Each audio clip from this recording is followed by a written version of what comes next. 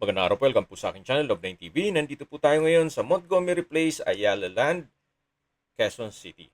Meron po tayong bagong video presentation, isang residential property. May lot area po ito na 90 square meters at may floor area na 200 square meters.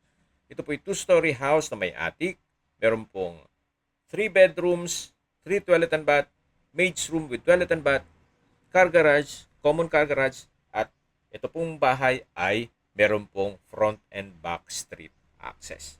Ito po ay along E. Rodriguez at napakalapit lang po sa SNR, Walter Mart, National Children's Hospital, St. Luke's Medical Center, De Los Santos Medical Center, St. Joseph College, Trinity University of Asia.